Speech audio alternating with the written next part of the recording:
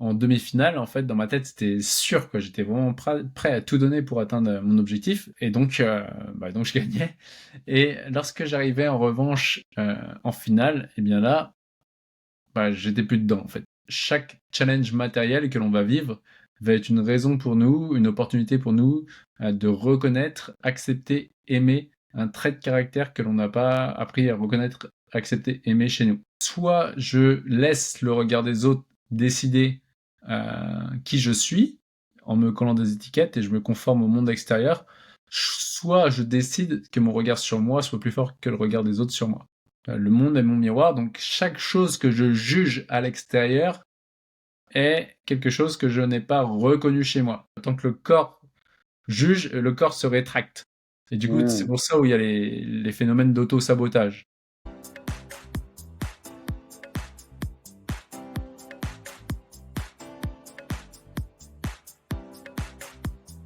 Bonjour à toutes et à tous. Je suis ravi de pouvoir interviewer aujourd'hui Pierre David. Bonjour Pierre. Salut Mathéo. Alors Pierre est un ancien sportif de haut niveau. Il est arrivé 5 fois en finale du championnat de France de boxe et sur les 5 finales, il en a gagné une. Et comme Pierre l'a dit, s'il n'a gagné qu'une seule finale sur les 5, ce n'est pas grâce mais à cause de son mental. Et c'est un peu ce qu'il va nous expliquer, un peu son parcours et du coup, qu'est-ce qu'il a pris dans ses voyages. Et donc, pour comprendre en fait les raisons du changement à 360 degrés de son mental, en fait, en demi-finale, Pierre va nous raconter, il était sûr de gagner et c'est arrivé. Et lors de la Exactement. finale, il se sentait vidé d'énergie, sans plus de motivation, etc. Et donc, il a cherché des techniques adaptées pour être au top de la performance dans les moments cruciaux. Donc, il est parti à apprendre des techniques et des stratégies aux 4 coins du monde. Et Pierre a fondé, suite à tout ce qu'il a appris, l'Académie de la haute performance, Et avec son équipe, Pierre, aujourd'hui, aide les entrepreneurs et les sportifs de haut niveau à dépasser leur plafond de verre. Et parmi les techniques les plus efficaces pour cela, Pierre a créé un processus, il s'appelle dépolarisation, et il a décrit dans son livre L'identité gagnante, les secrets du nouveau dopage légalisé. Et si vous êtes intéressé, vous pouvez trouver la synthèse animée de ce livre sur ma chaîne YouTube My Parachutes. Je vous mettrai les liens vers les bouquins et aussi vers la vidéo dans la description si cela vous intéresse. Et donc, on va prendre avec Pierre 40-45 minutes. Donc, merci déjà Pierre pour ta disponibilité pour cette interview exclusive à la communauté My Parachutes. Donc, j'aurai le plaisir de approfondir avec Pierre les liens entre notre mental et nos performances. C'est surtout ce qu'on peut faire pour dépasser nos plafonds de verre. Merci à nouveau Pierre d'avoir accepté l'invitation pour cette interview. Merci à toi Mathéo, je suis vraiment ravi d'être ici et surtout après la super présentation que tu as fait en animé qui était top. Et là quand j'entends me présenter, je dis ouais, c'est nickel, tout est parfait. Super, merci beaucoup. Je suis content que tu as apprécié la synthèse de ton bouquin. En fait, je parle justement je pars du début de ton livre et en fait, tu racontes de ton passé de boxeur de très haut niveau. Et donc, tu es arrivé à plusieurs reprises en finale pour être champion de France. Ouais. Et en fait, tu notais à chaque fois une grosse transformation de ton état d'esprit entre les débuts finales où tu étais calme, concentré sur ta victoire, et Mm. la finale où tu étais absent, vidé, pas d'énergie du tout. Est-ce Ouais. que tu pourrais nous décrire un petit peu qu'est-ce qui se passait, ou au moins ce que tu disais toi dans ta tête, peut-être en demi-finale et ensuite en finale? Qu'est-ce qui se passait entre les deux? Ouais, alors déjà, moi c'est vrai que mon objectif, mon rêve, c'était d'être en équipe de France de salle boxe française. Et pour être en équipe de France, eh bien, de salle boxe française, à l'époque, il fallait être numéro un ou numéro 2. Euh, pour ça, fallait faire une finale de championnat de France.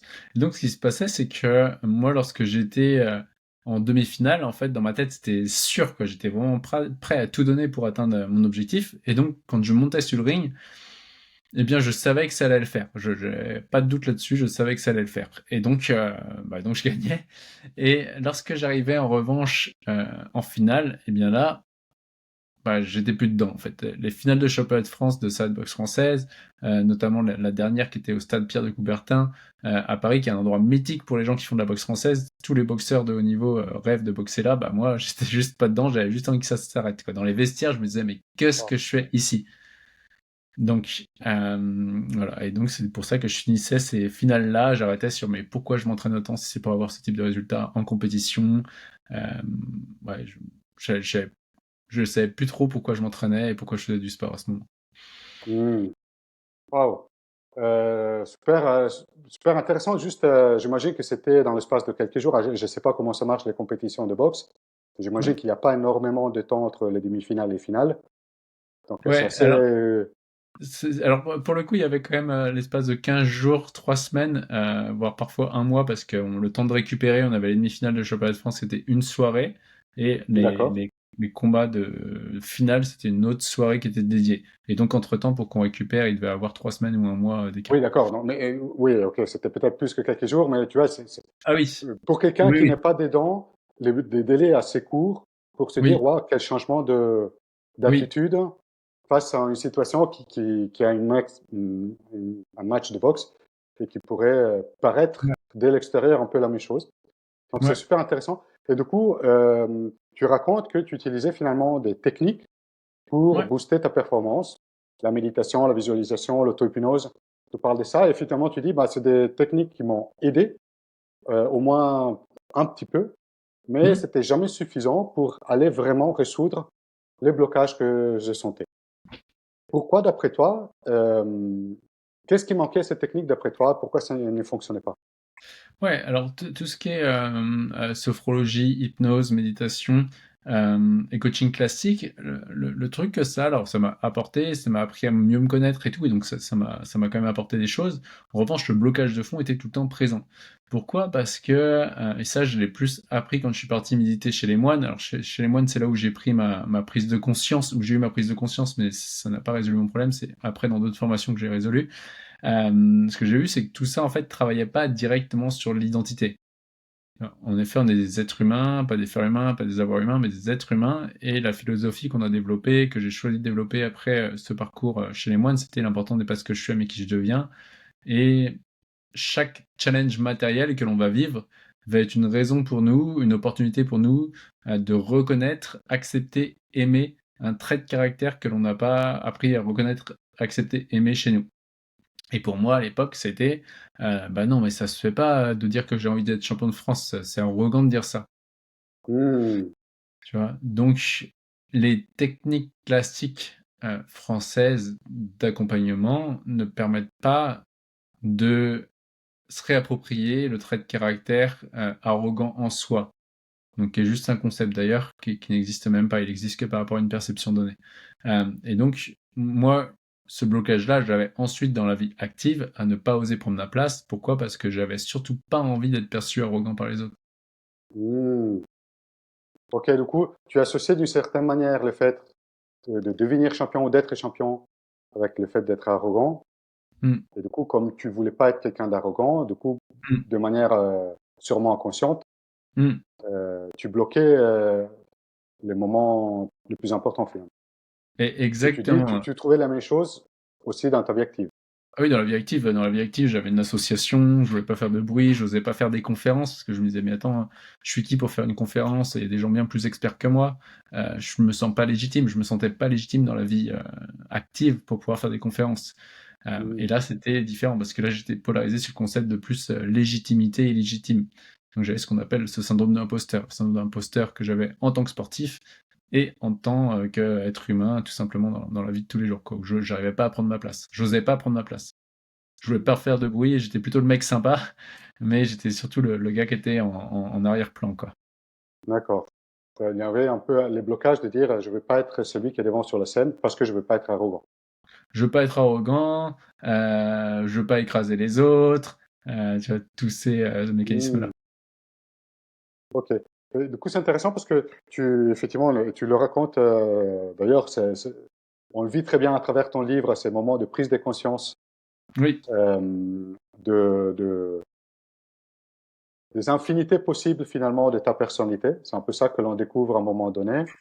C'est Ouais, que au bout de, après, voilà, je te laisse raconter, mais au bout de quelques jours de méditation du matin au soir, des silences, etc., tu as eu ce moment de clarté ouais, où tu t'es dit, mais en fait, je peux être qui j'ai envie d'être ouais, et je peux choisir une infinité possible de personnalités finalement. exactement, ouais. Et ça, J'ai- c'est dit avec mes mots, donc peut-être tu peux l'expliquer mieux que moi. Ouais, ouais, et en fait, c'est ça, là-bas, moi, je suis allé, donc pour repositionner le contexte, je suis parti en méditation Vipassana parce que donc Vipassana, pour ceux qui ne connaissent pas, c'est sans lire, sans écrire, sans parler. Les gens, en général, le font 10 jours, mais moi, je me suis pris au dernier moment, du coup, les centres qui prenaient purement Vipassana pendant 10 jours étaient complets, et j'ai trouvé un temple en Thaïlande qui acceptait qu'on vienne quand on veut et qu'on part quand on veut, et il conseillait 20 jours pour les débutants. Donc moi, je suis parti pour 20 jours, et avec la ferme intention de répondre à cette question, qui suis-je? Donc Mm. cette question me prenait beaucoup d'espace mental, quoi. Qui suis-je? Et, et donc, moi, j'ai eu la chance d'avoir cette révélation, en quelque sorte, au 14e jour, où vraiment c'était clair. Pour moi, j'avais juste envie d'éclater de rire, tellement c'était si simple, où je me disais que, ok, j'étais tout, en fait. Je peux être tout. Il y a une partie essence, qui est la partie être, et il y a la partie humaine, qui est la partie existence. Donc, il y a une partie essence et une partie existence. Et que, dans l'essence, je suis tout. Je peux être tout à la fois. Donc, c'est-à-dire qu'en termes de possibilités, là, je peux être perçu comme gentil, comme méchant. Je peux être joyeux, je peux sourire. Je peux choisir de parler en faisant un peu la gueule. Tu vois, j'ai tous les choix devant moi en fait. Et qui je suis est un choix qui s'applique maintenant par rapport à moi-même. Et en revanche, je vais évoluer dans l'existence. Donc l'existence, c'est être à l'extérieur et une chose existe uniquement parce qu'elle peut se différencier de son milieu. Donc je peux pas exister si je n'arrive pas à me différencier de mon milieu. Mm. Une goutte d'eau peut pas savoir que c'est une goutte d'eau tant qu'elle reste dans l'océan. Je suis obligé de sortir de l'océan pour me rendre compte que je suis une goutte, en gros. Et donc il y a le je qui permet de se différencier du nous. Et pour faire cette différenciation-là, eh bien, en tant que je, peut-être que moi je vais me juger altruiste à un moment donné parce que je partage ce que je sais, et quelqu'un d'autre, à ce moment, va me percevoir, qui me connaît pas, va me percevoir, lui, par rapport à ses expériences, à sa vie, à ses expériences, ses connaissances, il va me percevoir d'arrogant, d'imposteur, de malhonnête. Bref, les gens peuvent me juger de ce qu'ils veulent par rapport à qui ils sont. Mm. Et donc, dans l'existence, soit je laisse le regard des autres décider qui je suis, en me collant des étiquettes et je me conforme au monde extérieur, soit je décide que mon regard sur moi soit plus fort que le regard des autres sur moi. Ça, c'était la première prise de conscience avec cette idée de, ok, je peux devenir qui j'ai envie d'être. D'ailleurs, je le suis déjà maintenant, et après, il n'y a plus qu'à grandir et à faire grandir cette identité-là. Euh, voilà. Plutôt que de Ok, donc laisser les d'une autres me certaine dire. manière, cette capacité à, à finalement choisir à Oui, chaque instant qui je veux être, que l'on soit conscient ou pas, c'est quelque chose qui est là. ouais, Et après, soit on est conscient, soit on n'est pas conscient, soit on l'utilise, soit on l'utilise pas, mais elle existe. Après, tu disais, c'est pas parce que tu as compris ça, et tu as compris au sens, j'imagine, très profond, parce que, mm, voilà, dans la manière dont tu le racontes, on sent bien cette révélation à dire, mais bah oui, c'est, comme tu dis, c'est tout simple, absolument. c'est comme ça. Ouais, Euh, après, c'est pas parce qu'on a compris ça qu'on sait l'utiliser. Donc, oui, j'imagine que oui, oui, tous les oui, processus que tu as oui, développés par la suite oui, est justement le moyen de passer de cette prise de conscience oui, à, OK, mais maintenant que je suis conscient, comment je l'utilise. Déjà, je vais bien sûr te demander à quoi consistent les process, mais avant ça, j'ai encore une question qui m'intéresse parce que je sais pas si, j'imagine que tu as déjà fait l'expérience de ça. Il y a des moments de clarté, alors je sais pas comment l'appeler, on est vraiment inspiré, et il y a des moments où tout est vraiment super clair, ouais, limpide. Tu vois, on est vraiment en un moment d'illumination presque. mm, Euh, et personnellement, je trouve très difficile de réussir à garder cette clarté, cette clairvoyance qu'on en a dans ces moments-là, après dans la vie de tous les jours. Après, on est pris dans les problèmes du quotidien, etc. Et euh, est-ce qu'il y a moyen, d'après toi, ou de ton expérience ou l'expertise que tu as développée, pour essayer de se rappeler régulièrement de ce moment de clarté, de cette prise de conscience-là pour ne pas l'oublier. Ouais, alors, est-ce qu'il y a des moyens? Oui, je pense qu'il y a, il y a des moyens pour garder ces moments de clarté, comme tout simplement le noter, revenir à nos priorités, se focaliser sur, OK, j'ai cette clarté-là, je veux atteindre un objectif, et quelles sont les 3 priorités à faire tous les jours au quotidien, et du coup faire ce qu'on appelle les petits pas pour aller là. Et en même temps, moi j'ai validé que j'étais dans un monde de dualité, de matière, et qu'une grande partie de ma journée, eh bien, c'est possible que je me déconnecte de ça.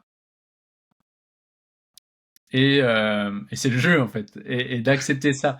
Et moi, j'ai eu la chance d'énormément me former, d'avoir beaucoup de mentors. Et je vois que les mentors qui m'ont le plus apporté en termes de vraiment de grosses évolutions, ce sont ceux qui ont été transparents avec moi en mode, hey, mon gars, t'es dans un monde de dualité. La pensée positive, à tout prix, ça n'existe pas, en fait. Hmm, Tu vois, et tu auras autant de moments positifs dans ta vie que de négatifs. Et qu'en plus de ça, c'est toi qui fais exister les moments positifs et négatifs. C'est comme un aimant. Et que plus tu vas être addict aux moments positifs de ta vie, plus tu vas être en ressentiment aux moments négatifs de ta vie. Mais dans le moment que tu perçois positif, eh bien, dis-toi qu'il y a l'inverse qui est là. Du coup, le pôle négatif est là. Et dans le moment que tu perçois négatif, eh bien, aussi l'inverse qui est là, c'est-à-dire du positif. Et tout ça, ce ne sont que des perceptions. Et nos perceptions associées à nos jugements de bien et de mal vont nous faire exister les choses comme positives ou comme négatives. Mais finalement, les choses sont neutres par essence. Et donc, de voir d'accord. ça et de se dire que dans le monde de l'existence, de toute façon, le but, un des buts, je pense qu'un des buts, un des chemins, en tout cas, on va tendre vers être dans la gratitude, dans la clarté, dans l'intuition. Donc ça, c'est une tension vers ça. En revanche, la dualité et la réalité vont nous amener à faire que bah, tous les jours, on va avoir des choses qui nous saoulent. Il y a des jours où ça va aller plutôt bien, des jours où moins bien, et en fait, c'est pas grave, ça fait partie du jeu.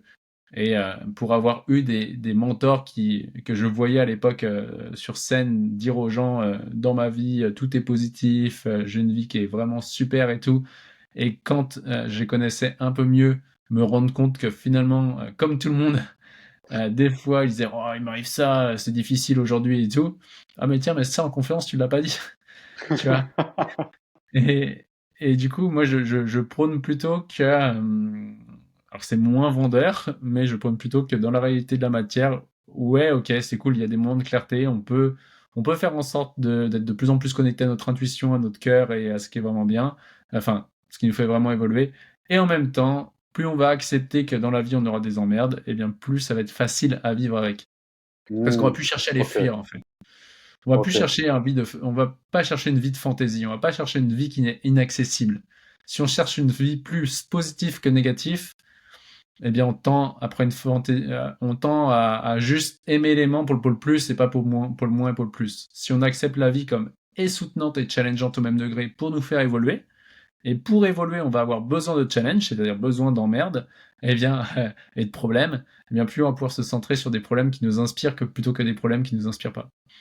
Super. Donc, euh, j'essaie de résumer avec mes mots ce que j'ai compris. Ouais. Comme d'une certaine manière, tu dis, de toute manière, c'est inévitable parce que Ouais. c'est la nature même de la vie d'être comme ça. Hmm. Et donc, plutôt on accepte cette essence de la vie, Ouais. euh, plutôt on arrête finalement de vouloir fuir ou Oui. les choses négatives ou de s'imaginer une vie idéale où les problèmes n'existeraient pas. Ouais. Et donc, plus vite, on arrive à finalement retrouver le bon équilibre et de vivre la vérité, la vraie, quoi. Comme tu dis, Ouais. de toute manière, on a besoin de challenges Oui. pour grandir, etc. Et de toute manière, on ne peut pas vivre sans. Donc, qu'on ne veuille pas, c'est comme ça.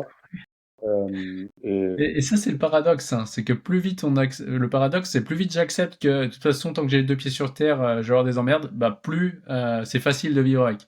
hmm, Parce- exactement. Et on manage les choses. Mais plus on les fuit, on aimerait que notre vie soit différente, bah, plus c'est là où c'est dur parce qu'on essaye de changer des choses sur lesquelles on n'a pas de pouvoir. Oui, c'est juste une utopie, quoi. Ça ne pourra pas Exactement. fonctionner comme ça. Ah, Et, intéressant. pour la petite anecdote, quand même, quelque chose qui m'avait aidé, c'était chez les moines en Vipassana. Ça, c'est important aussi. J'avais omis ce truc-là, mais j'ai le souvenir du moine qui nous raconte tous les matins, on a un petit cours bouddhiste, et j'ai le souvenir du moine qui nous raconte que même lui, ça faisait, je crois, 17 ans qu'il faisait de la méditation à l'époque. Et même lui, parfois, il se surprenait quand il était en train de balayer, en train de dire: «Oh, mais pourquoi j'ai fait moine? Des fois, je serais mieux chez ma sœur en train de manger.» Et après, hop, il se reprend en mode: «Oh mince, je suis pas dans l'instant présent», il revenait.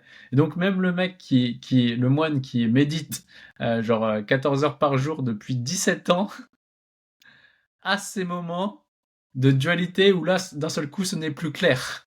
Hmm, Tu vois, donc, il nous avait dit: C'est bon, relâche-toi, en fait, c'est pas grave. exactement, c'est pas grave et ça va être comme ça. Parce que je trouve ça super intéressant aussi quand tu parles effectivement des certains modèles inspirationnels que l'on peut avoir, des mentors ou des Oui. gens euh, qu'on qu'on ne voit que à travers l'image qu'ils donnent d'eux-mêmes. Mm. Comme tu dis, comme c'est plus vendeur, ils peuvent vouloir passer l'image que tout est facile, tout est parfait parce qu'ils ont trouvé la solution Mm. et du coup, d'un coup, leur vie n'a plus de problème. Euh, et en fait, comme tu dis, dès qu'on creuse un peu, bah, comme tout le monde, ils en ont. Exactement. Sauf que, comme c'est pas ce qu'on a vu de l'image qu'ils ont projetée, on peut, on, on peut s'imaginer que notre vie, qui est imparfaite, du coup, elle a besoin de, voilà, qu'on s'y prend pas bien. Ce qui veut pas dire qu'on n'a pas intérêt à trouver les bonnes approches, les bonnes techniques pour avoir des meilleurs résultats si c'est ce qu'on souhaite. Mais en tout Ouais, cas, voilà, c'est effectivement ne pas idéaliser juste parce que l'image que l'on reçoit de quelqu'un nous fait penser autrement. ouais, c'est clair. Super. Il y a aussi une chose que je trouve super intéressante, et tu en as un peu parlé déjà là, mais je veux poser la question de manière plus explicite. Dans ton livre, tu dis finalement, euh, c'est au moment où on arrive vraiment à se détacher du résultat que l'on veut obtenir, qu'on arrive plus facilement à dépasser les limites que l'on rencontre. Et Mm. tu vois, euh, j'ai toujours du mal, moi, avec ça, parce que je suis quelqu'un très ambitieux, tu vois, Ouais. qui se donne beaucoup d'objectifs, etc. Et j'ai toujours l'impression que si c'est justement mon attachement au résultat et l'envie d'y arriver qui va faire, qui va me garder en mouvement et m'aider à Mm. les atteindre. Or, Mm. apparemment, c'est pas la bonne approche, c'est tout ce que tu expliques dans ton livre. Du Mm. coup, ouais, ça m'intéresse effectivement, parce que je vois aussi les travers hein, de l'approche que j'ai. Donc, Ok. je vois bien aussi l'intérêt. Euh, mais voilà, j'avais envie de te poser la question comment tu as compris ces liens entre Ouais. lâcher prise sur les résultats et finalement pouvoir se dépasser plus facilement. Ouais, alors, juste avant, je dirais pas qu'il y a une bonne ou une mauvaise approche, c'est-à-dire qu'un moteur qui peut être bon pendant un instant T et se dire que je fais les choses pour et je perçois que quand j'aurai ça, alors j'aurai réussi. Si ça marche à un instant T et qu'on est heureux avec ça, bah autant le garder. En revanche, moi, ce que j'ai vu avec des sportifs, c'est qu'il y a eu des limites dans le sens où certains sportifs, à vouloir absolument la médaille, deviennent, passent en burn-out. C'est-à-dire ce qu'on ne sait pas, Hmm. il y a une étude anglaise qui est sortie après les Jeux Olympiques en 2021 qui montre que, de mémoire, je ne sais plus si c'est 21 ou 24%, je crois que c'est 24% des Olympiens sont en état dépressif. Donc, Donc une personne sur quatre un sportif après sur les quatre, Olympiades entre en dépression. Waouh, exactement, même pendant. waouh. Donc moi, pour en accompagner beaucoup, je me disais même que, enfin, en état euh, de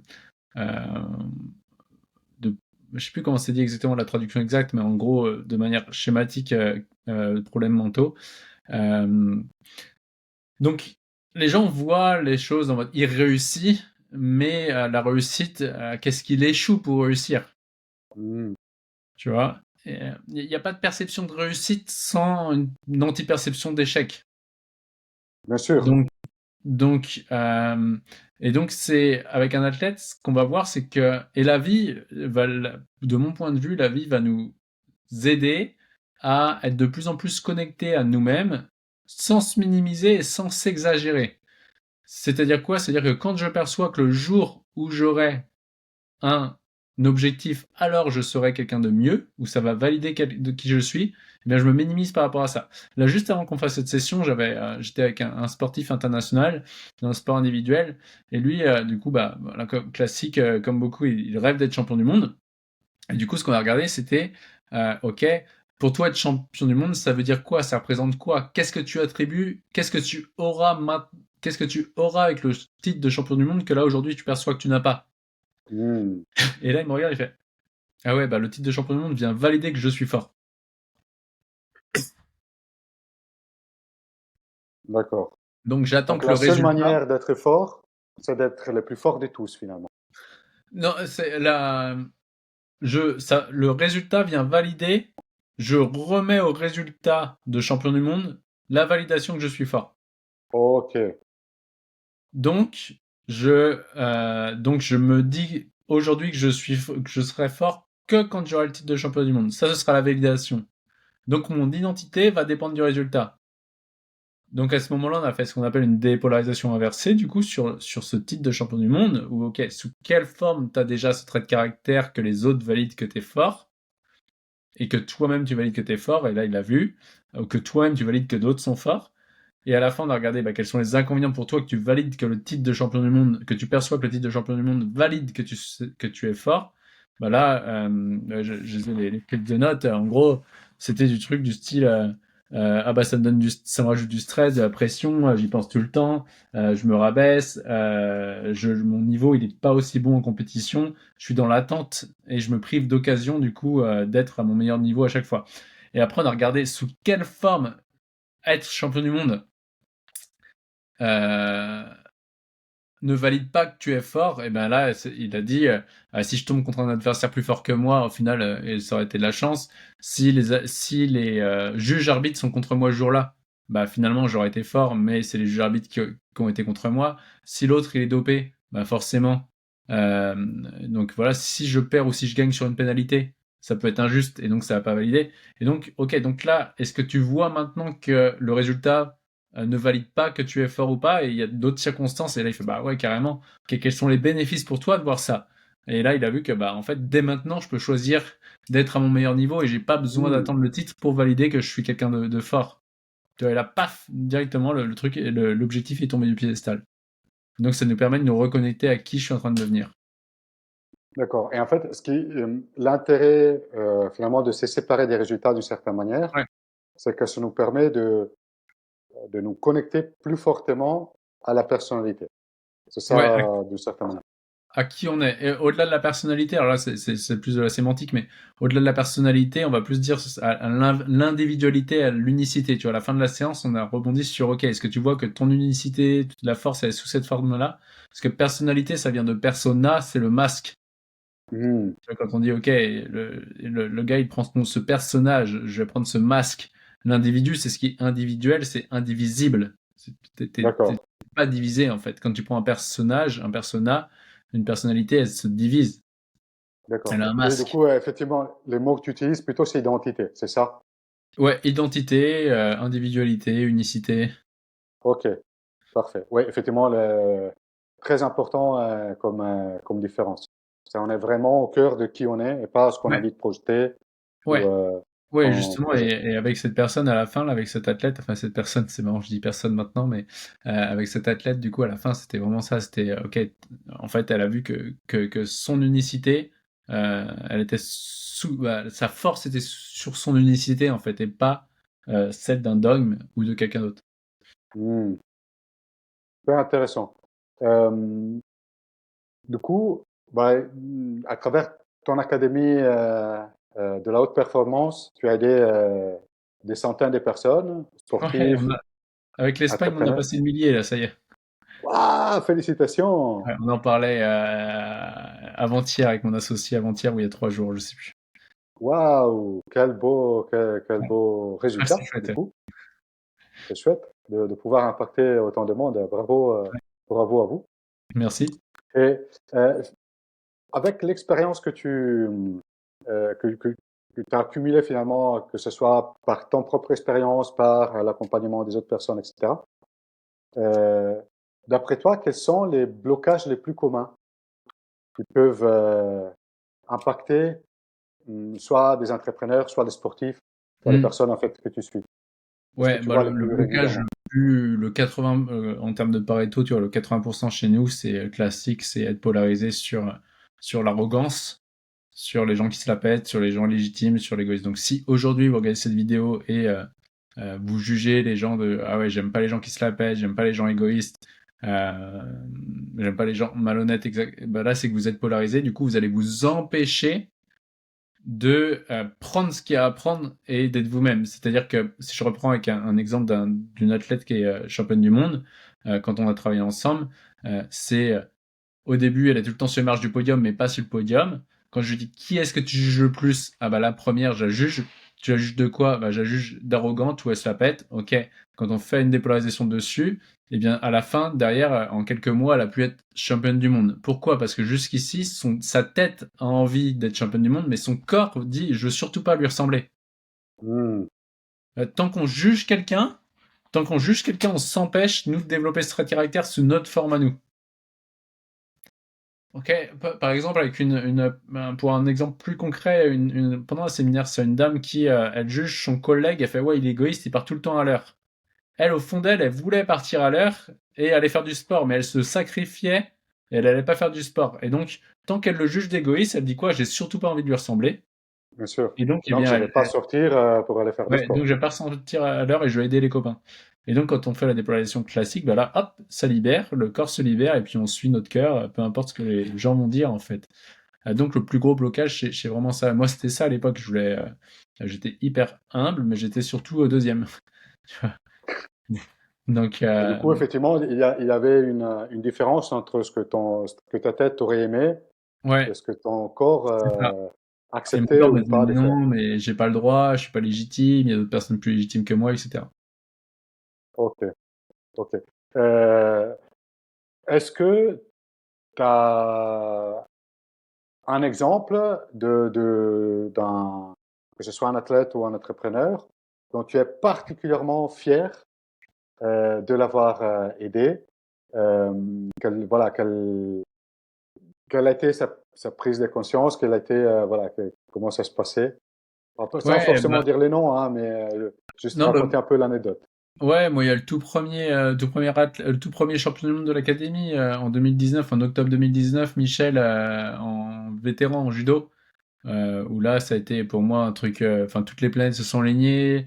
Il tombe sur une de mes publicités Facebook à l'époque où il voit mon storytelling, 5 finales de championnat de France, une seule victoire, non pas grâce mais à cause de mon mental. Et en fait, il lit le truc, il se reconnaît. Et du coup, nous, on s'est au téléphone. Je lui dis, bah oui, bah en fait, là, le blocage que t'as, ça faisait 2 ans qu'ils faisaient de la préparation mentale classique avec plusieurs préparateurs mentaux différents, plusieurs coachs différents. Il a même fait du magnétisme. Nous, on travaille ensemble et je dis, oui, bah le truc que t'as, là, dans un mois et demi, on n'en parle plus, c'est du passé, quoi. Et donc, on bosse ensemble. Je crois qu'on a commencé le 31 août, un truc comme ça, et les championnats du monde devaient être le 12 octobre, donc même pas un mois et demi après. Waouh, Et comme par hasard, il m'invite à Marrakech. Il me dit ah, ça me ferait vraiment plaisir que tu viennes à Marrakech et tout. Et puis moi, c'était mes débuts, donc enfin mes débuts ça faisait 1 an que j'étais lancé. Et du coup, j'y vais et en fait, on voit qu'il gagne le premier combat, deuxième combat, troisième combat, quatrième combat. Et après, il y a les finales et il y a son entraîneur qui vient me voir en mode ouais Pierre, c'est maintenant que ton travail commence. À chaque fois, il est chaud au final. Et moi, dans ma tête, je me dis ouais, de toute façon, le travail il est fait quoi. Et en fait, il arrive au final et là, pouf, il gagne quoi. Et, euh, et entre-temps, waouh. il appelle un de ses proches. Entre-temps, il appelle un de ses proches sur qui il y avait eu cette polarité, justement. Et il lui dit merci, je t'aime, c'est grâce à toi que je vais être champion du monde aujourd'hui, alors que le résultat n'était pas fait. Et là, c'était là, c'est ce qui m'a reconnecté plus à ma mission en mode, ouais, bah, c'est bon, je sais pourquoi je devais vivre ces galères-là dans le passé. Et je suis connecté à ma mission. Et là, maintenant, on va vraiment se développer et avoir un impact parce que je sais que ce qu'on fait, il y a personne qui le fait et on a vraiment un impact chez les sportifs que d'autres n'ont pas, quoi. Super, super. Donc Donc, ça, ouais, c'était la plus grosse. une belle réussite à la fois pour lui, mais aussi pour toi, comme tu dis, Ouais, c'est clair. si tu es aligné avec ta mission, Ouais, sa réussite est ta réussite aussi, d'une certaine ouais, manière. c'est clair. Ouais, pour moi, c'est venu vraiment valider enfin, être la dernière pièce du puzzle qui m'a fait comprendre pourquoi je devais perdre. Mon destin était de perdre autant en finale et pas de gagner. Ça c'est clair, parce que j'avais une valeur ajoutée à amener, j'avais quelque chose à apporter au monde de la préparation mentale en France. Ok, merci. Du coup, bah voilà, on a beaucoup parlé des résultats, pourquoi, etc. Est-ce que, en quelques minutes, tu pourrais nous décrire quelles sont effectivement les étapes de ce processus de dépolarisation et à Ouais, quoi elle aide, quoi. ouais, Quelle est ouais, bah, l'importance les de ça? étapes, c'est vraiment on va valider que le monde extérieur, le monde est notre miroir. Le monde est mon miroir, donc chaque chose que je juge à l'extérieur est quelque chose que je n'ai pas reconnu chez moi. Et du coup, justement, le jugement, c'est vraiment le juge qui ment. Et à chaque fois que je juge quelque chose, je m'en éloigne, en bien ou en mal. Donc si j'admire quelqu'un, ah, lui il est confiant, moi je suis pas du tout comme ça, bah là ça veut dire que je ne reconnais pas sous quelle forme je suis déjà conscient. Si je Hmm. juge quelqu'un d'arrogant, je reconnais pas sous quelle forme je suis déjà. Par exemple, avec un athlète, quand on bosse ensemble, il dit: «Ah mais non, mais moi je suis pas arrogant, je suis humble». Alors après, il faut déconceptualiser parce que ça, ce sont que des concepts. Mais quand on regarde sous quelle forme tu l'es, c'est quoi être arrogant pour toi? Être arrogant, c'est bah lui, là, cette personne-là, il dit qu'il va gagner alors qu'en vrai, il en sait rien. Les autres s'entraînent aussi.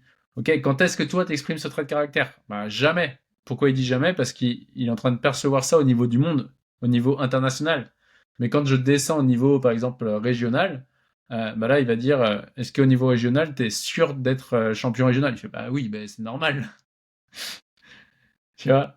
Et là, tu dis, ok, mais est-ce qu'il n'y a pas des gens dans ton club ou dans la région qui pourraient se dire, non, mais il se la pète, il se prend pour qui? Et là, il fait, ah bah, vu sous cet angle, c'est vrai que. Mais il s'en rend pas compte qu'il le fait tous les jours parce que pour lui, c'est tellement normal d'être au niveau monde que bah, c'est normal de dire qu'au niveau régional, je gagne. Bien sûr, Donc, tu vois, en fonction des normes de chacun, bah, finalement, on va être arrogant par rapport à un certain point de vue, mais on va être humble par rapport à notre point de vue. Tu vois, bien sûr, j'habite à l'ouest, par exemple, de Paris, et pour autant, bah, je suis à l'est des États-Unis, par exemple, tu vois, ou de Brest. bien sûr, Tu vois, bien sûr. donc, Donc, à chaque fois que, comme tu dis, d'un point de vue que ce soit positif ou négatif, et ça c'est intéressant aussi, ouais, que le côté positif euh, fait partie aussi des choses qui après peuvent nous limiter. oui, C'est important de voir quand on fait un jugement sur oui, quelqu'un ou sur une situation, c'est un point de départ auquel prêter attention. oui. Et tout ce que je juge, je me prive de l'obtenir. Tout ce que je juge, je m'en éloigne. Ok. Donc si je juge, admettons, je veux lancer mon entreprise et je juge les gens, ouais, il y a des gens qui sont légitimes, il y a des gens qui manquent vraiment d'expertise et qui osent s'exprimer alors qu'ils connaissent rien. Non, mais c'est qui pour faire une conférence alors qu'il a pas tant d'expérience que ça? Eh bien moi, je me prive de faire la même chose. Hmm, C'est-à-dire que je vais dire, bah non, mais moi je peux pas faire de conférence, je suis pas légitime pour ça. Tant que hmm. tu le juges chez les autres, tu te prives de l'être. Tu vois, il y a vraiment une phrase qui dit tu seras jugé au même degré où tu juges. Eh bien, en effet, là, ça le prouve, en fait. Donc, la première Et étape, c'est. ouais, c'est déjà dans notre réalité quotidienne, c'est déjà le cas d'une certaine manière. Ouais. Donc c'est accepter ça. Il faut la dépolarisation classique d'abord. Donc, dépolarisation classique, souvent là, c'est qu'est-ce que je juge le plus autour de moi. Très souvent, il y a ce qu'on appelle un collapse. Et bizarrement, du jour au lendemain, l'objectif semble plus facile à atteindre et le corps est d'accord. Tu vois, tant que le corps juge, le corps se rétracte. Et du coup, c'est Hmm, pour ça où il y a les phénomènes d'auto-sabotage. C'est que le corps ne veut pas passer à l'action. Donc là, il va y avoir procrastination, etc. Au moment où, hop, j'arrête de juger, à la fin de la séance, les gens sentent que le corps se relâche. Et du coup, le corps autorise le passage de l'action. d'accord. Ok. Et voilà, c'est ça. Ensuite, dépolarisation inversée, bah là, c'est différent. C'est pour arrêter de se minimiser. Donc, quand je juge quelqu'un, à lui, mais il est trop déterminé. Ok, sous quelle forme t'exprimes déjà ta détermination? Bah, on le voir. Lui, il est trop intelligent. Ok, factuellement, c'est quoi pour toi intelligent? Ah bah, il répond vite aux questions. Sous quelle forme tu le fais? Ah bah là, quand on va parler de mes enfants, de ma famille, de chasse, de pêche, bah là, je vais vite. Ok, sous quelle forme Hmm, l'autre ne le fait pas, en fait? Ah bah oui, quand il connaît pas le sujet. Donc, on est juste en train de comparer deux choses. Après, il y a vraiment la dépolarisation des peurs, donc enlever les peurs et sortir de la dualité et voir que finalement, quoi qu'il nous arrive, tout est là pour nous faire grandir. Et que l'important n'est pas ce que je fais, mais qui je deviens. Et donc, il y a pas de peur à avoir, en fait. Enfin, il y a tout le temps de l'appréhension qui reste et qui est saine.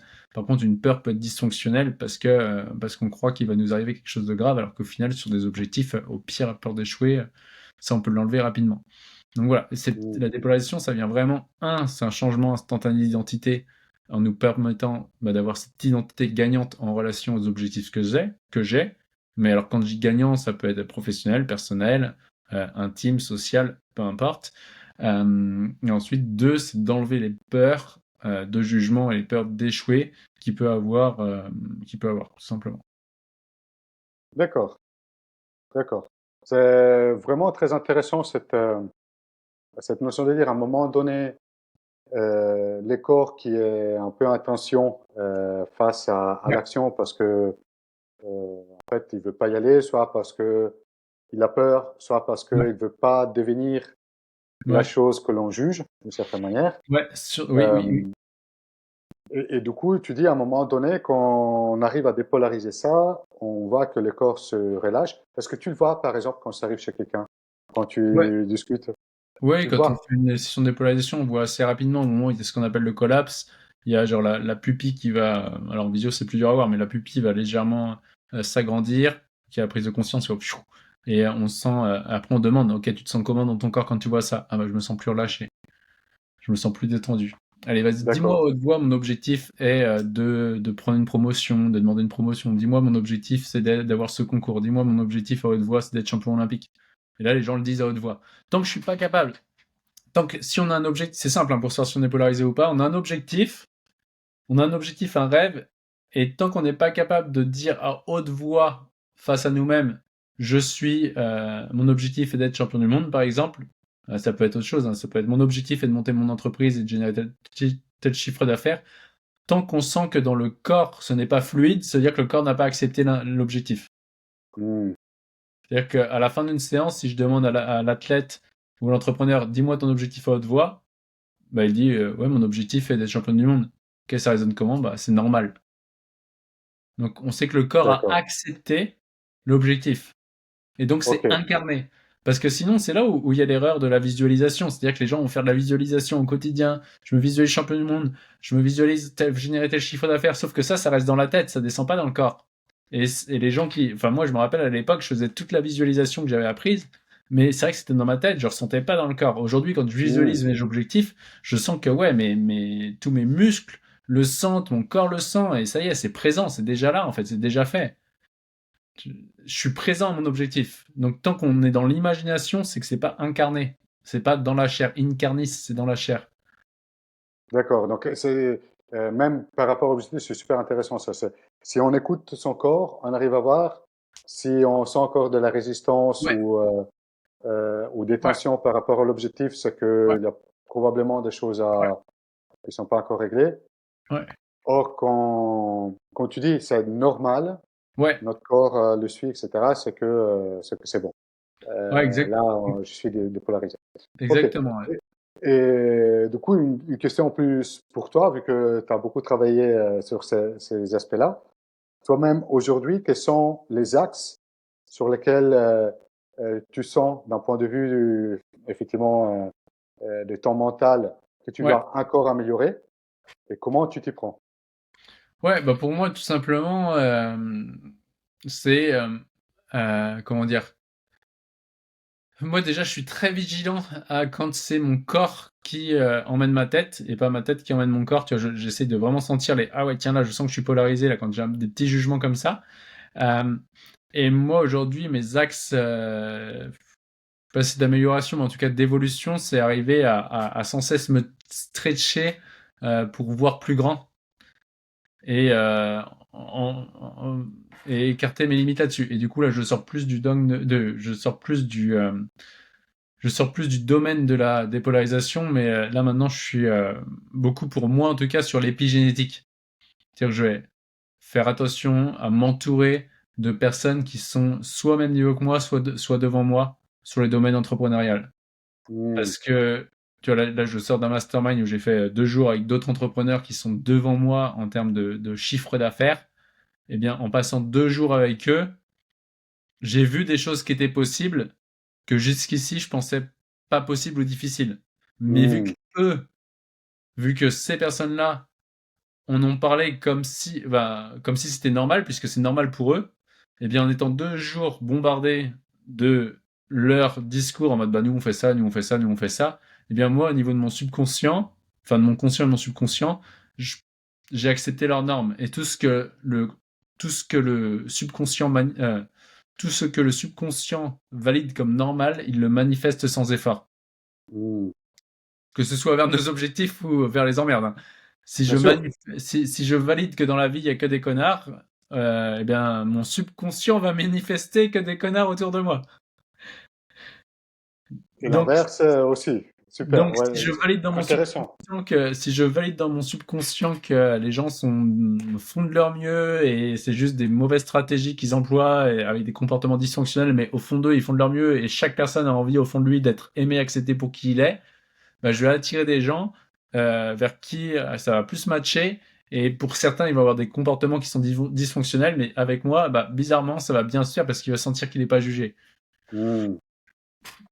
Super, super intéressant. Il y a deux concepts euh, que je trouve vraiment très intéressants. C'est, d'une certaine manière, le cercle social Oui, auquel on oui, s'expose finalement. oui, De ce que, voilà, super intéressant. finalement, les personnes que l'on fréquente nous aident ou pas Ou à pas. aller dans la direction que l'on souhaite. Il y a aussi, je trouve très intéressant aussi cette notion de dire finalement, dans les relations que j'ai avec quelqu'un, le regard que je porte Oui, vers cette personne oui, joue un rôle quand même important dans la manière dont la relation euh, va se réaliser finalement. c'est Et donc, clair. quand tu dis, euh, même quand je suis en contact avec quelqu'un qui peut avoir des problèmes relationnels avec d'autres personnes, Mm. si moi je l'aborde sans jugement, je maximise les chances que ça va mieux fonctionner dans ma relation avec lui. Alors, bien sûr, après, Ouais, on n'est pas, voilà, on n'a pas la certitude absolue, mais en tout cas, je me mets dans les meilleures conditions pour que les choses se passent d'une certaine manière. ouais, c'est exactement ça. Super, super. Bah, écoute, là, je vois qu'on a bien discuté. C'est clair. Je te remercie beaucoup pour ton temps. J'ai encore deux questions très rapides. La première, Oui. c'est est-ce que tu as des conseils de lecture par rapport à mon audience? Tu sais que voilà, je fais des résumés de bouquins, donc Ouais. je profite souvent des conseils de lecture des personnes que j'interviewe pour Ah bah, c'est top. J'ai pas le droit de alimenter citer les ma bouquins, hein, bibliothèque. je suppose. Tu les as cités Ah, juste avant. tu peux, bien sûr. Non, bah pour ceux, alors on va en faire deux. On va en faire un plus sur mes bouquins pour ceux qui s'intéressent à la méthode. Il y a vraiment l'identité gagnante qui est toute la philosophie, et il y a préparation mentale gagnante qui est un zoom sur la méthode. Où là, je décompose la Ok, méthode, il y a des témoignages de médailles olympiques, de psychologues, de préparateurs mentaux, d'équipes de France et tout, qui viennent témoigner de la méthode et valider. Euh, et sinon, le bouquin, moi, que j'aime recommander, j'en ai un peu encore parlé au Mastermind, et il y a justement une entrepreneuse qui a dit, ah, mais oui, c'est vrai que ce bouquin, il m'a vraiment retourné le cerveau, c'est La formule de Dieu, je sais plus de qui exactement, mais c'est un journaliste portugais, qui a écrit une série de livres comme ça, et c'est un roman qui est La formule de Dieu, c'est romancé, et dedans il y a une bibliographie, il y a un travail de dingue qui a été fait sur justement, ça part d'une énigme d'Einstein, voilà. Donc c'est intéressant sur tout ce qui est physique quantique, etc. super. Tu peux me redonner les noms du livre? Je ne connais C'est pas. Je lis ça la sur formule Wikipédia. de Dieu, La formule de Dieu. Waouh. ouais. Qui Le est, titre déjà, ça promet. je sais plus c'est qui a écrit ça, mais bref, c'est un Moi, je vais journaliste chercher, je portugais. mettrai après dans les Et commentaires. j'ai adoré tous ces bouquins. Je pourrais citer ces autres bouquins aussi qui sont une suite, mais il y a une bibliographie à la fin qui est dingue. Enfin, c'est un roman, mais on voit qu'il y a un gros travail de recherche et justement à la fin, il met tous les articles, les publications qu'il a vus là-dessus, qui l'ont amené à étayer ses propos, quoi. Mais assez intéressant. Ouais, Oui, c'est Jean José Rodriguez dos ouais, c'est ça, Santos. exactement, Rodriguez. Avec Ouais. mon prononciation portugaise très mauvaise, mais en tout cas, c'est ça. Ok.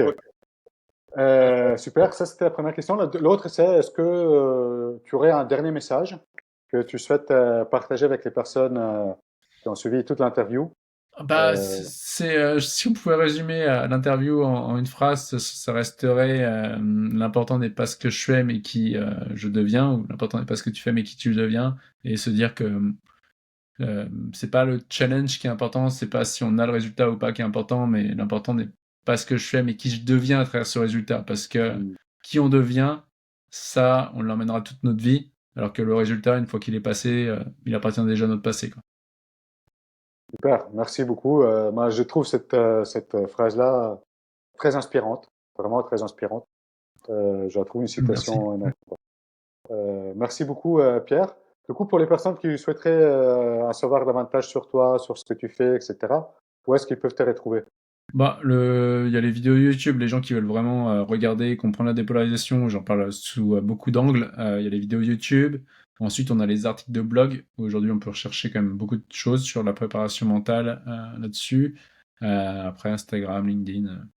Ok, donc c'est Académie de la haute performance. C'est comme ça qu'on Ouais, te retrouve. ouais. Ou les gens Ok, tapent Pierre David, ils trouveront aussi, ça marche aussi. Ouais. super. Bon, écoute, merci à nouveau, Pierre, pour Avec ta plaisir, disponibilité, Mathieu. pour ta générosité lors de l'entretien, ainsi que pour tous les conseils que tu nous as donnés. Moi, ça m'a beaucoup inspiré, beaucoup parlé. Bah, Merci beaucoup. Je plaisir. suis certain que tous les passionnés de Mind Parachutes et du dev perso ont beaucoup appris. Et quant aux personnes qui ont suivi cet entretien, merci à vous de votre temps, de votre attention pendant tout cet entretien. C'est Et clair, il ne me merci. reste qu'à vous dire à très vite pour de nouvelles idées. Ciao, ciao! Ciao!